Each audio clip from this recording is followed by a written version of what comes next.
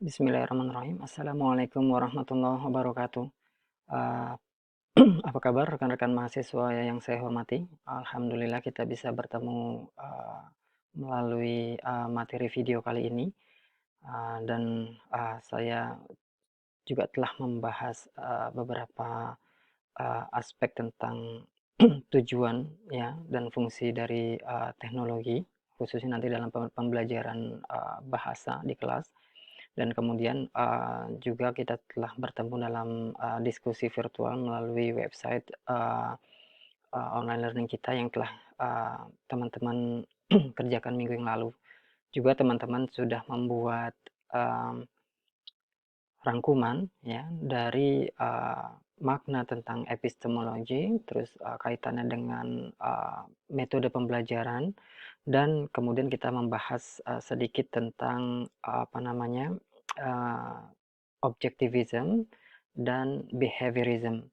Rekan-rekan mahasiswa yang saya hormati, perlu saya tekankan kembali bahwa dalam buku kita teman-teman nanti bisa membuka ya uh, 2.2 ya, chapter 2.2, chapter 2 section 2.2 tentang makna dari epistemologi ya. Yang pasti bahwa kita ketika memahami epistemologi ini kita memahami sebenarnya pengetahuan itu apa dan bagaimana proses pembentukannya, seperti itu. Konsep intinya seperti itu.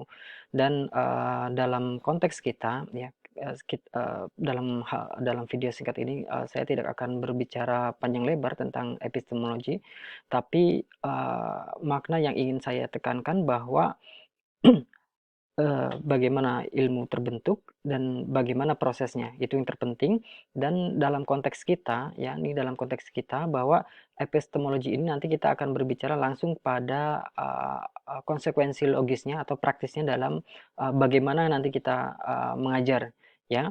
Rekan-rekan, tentu saja ketika memahami proses pembentukan ilmu pengetahuan, kita nanti juga akan secara tidak langsung akan belajar bagaimana proses kita memperoleh pengetahuan itu, dan kemudian kita aplikasikan dalam metode atau teori pembelajaran yang kita gunakan dalam kelas, seperti itu. Rekan-rekan, di sini sangat menarik ya, bahwa eh, dengan memahami tentang epistemologi pengetahuan tertentu ya, nanti guru dan instruktur ya itu akan berada pada posisi, ini menarik sekali, in a better position to make choices ya. Jadi guru nanti mengambil sebuah keputusan tentang bagaimana dia mengajar di kelas, metode pembelajaran apa yang sesuai dengan materi yang akan digunakan, materi yang akan dipelajari oleh siswa, dan karakteristik siswanya tentunya, seperti itu ya. Dan tentunya ini disesuaikan dengan kebutuhan siswa. Nah, tadi yang saya ingin tekankan tadi ya, ini menarik, kata ya, kata to make better positions ya. Ya, jadi di sini saya sedikit tulis aja di sini apa namanya, decisions ya. Nah, di sini kita nah, atau saya tulis saja langsung apa, keputusan guru ya di sini, apa, choice, choice. Nah, ini jadi guru ini nanti akan dengan mengetahui tentang epistemologi tadi ya. Ya, dengan mengetahui epistemologi tentang tadi ya, tentang knowledge ya, tentang knowledge tadi, pengetahuan dan bagaimana dia alami seperti apa ya, proses pembentukannya seperti apa ya. Nah, akhirnya guru bisa mengambil sebuah keputusan, choice tadi, keputusan pertama tentang uh, approach apa yang akan approach apa yang akan dia gunakan untuk mengajar siswanya ya, instructions-nya. Nah, dalam dalam tentunya di sini instruction-nya dalam pembelajaran di kelas ya, di dalam pembelajaran di kelas. Nah, karena dia nanti mengambil keputusan tentang pendekatan apa yang sesuai, oke, ini pendekatan ya, pendekatan apa yang sesuai untuk pembelajaran di kelas, maka tentunya karena guru telah memahami epistemologi ini ya, nature dari alaminya pembentukan knowledge tadi, proses seperti apa, maka approach ini tentunya nanti akan disesuaikan dengan tentunya dengan materi ya. Materi di sini sebenarnya knowledge-nya tadi. Nah, seperti ini. Dan juga tentunya guru nanti akan bisa bukan hanya menyesuaikan dengan materi, tapi juga menyesuaikan dengan kebutuhan siswanya ya, needs siswanya. Nah, yang pasti dia nanti akan melihat kondisi ruang kelasnya seperti apa ya. Ini kita lihat konteksnya ya.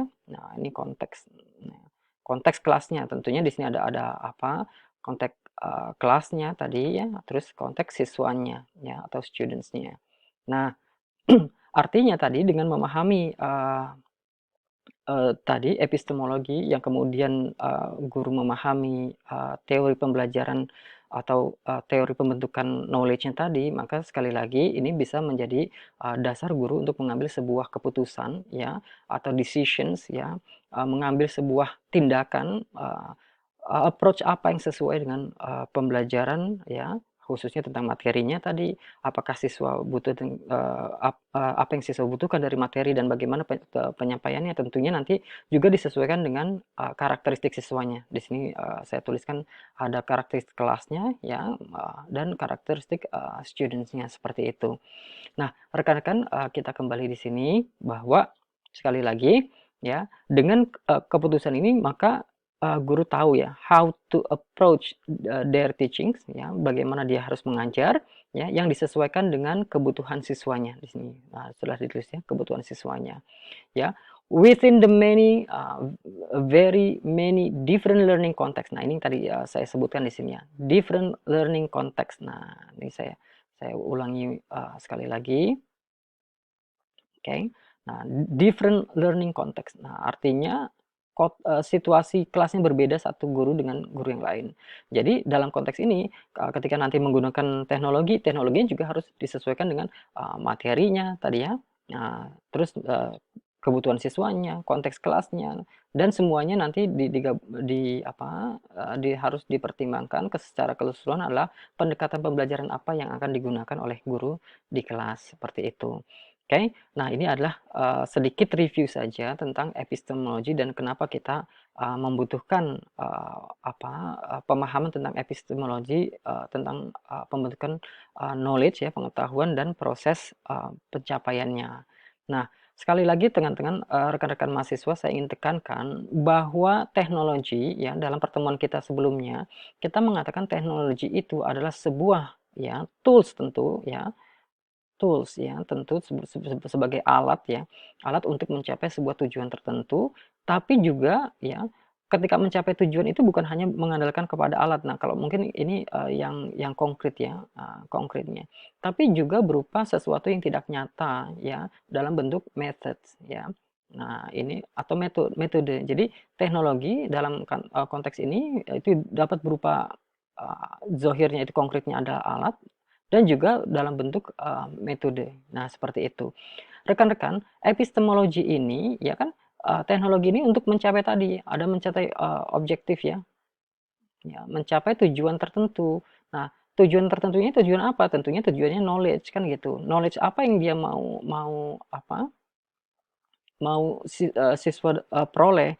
Nah, tentunya karena ini akan mencapai sebuah pemahaman ya, siswa diarahkan atau diajarkan untuk mencapai sebuah pemahaman terhadap pengetahuan tertentu, maka sangat ya sekali lagi teknologi ini bukan tujuan utamanya ya. Maka penting sekali lagi kita mempelajari ini ya, epistemologi ya, tentang teori pembelajarannya.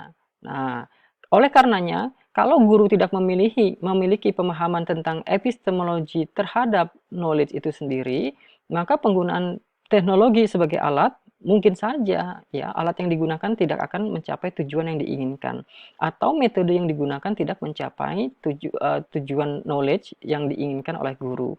Nah, oleh karenanya sebelum kita mempelajari tentang tools, tentang alat dan juga mempelajari tentang metode, maka penting sekali lagi kita mempelajari atau memahami tentang epistemologi ini supaya kita mengetahui the nature of knowledge ya, alamiah pengetahuan ini seperti apa sehingga kita nanti bisa sekali lagi, menentukan approach approach pendekatan pembelajaran apa yang akan kita gunakan, di kelas, seperti itu.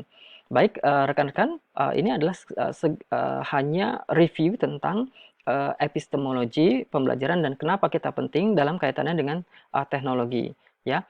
Terima kasih, untuk sementara, kita akan, tutup dulu. Nah, karena, di video berikutnya kita akan sedikit membahas tentang objektivisme dan, behaviorism. Terima kasih. Assalamualaikum warahmatullahi wabarakatuh.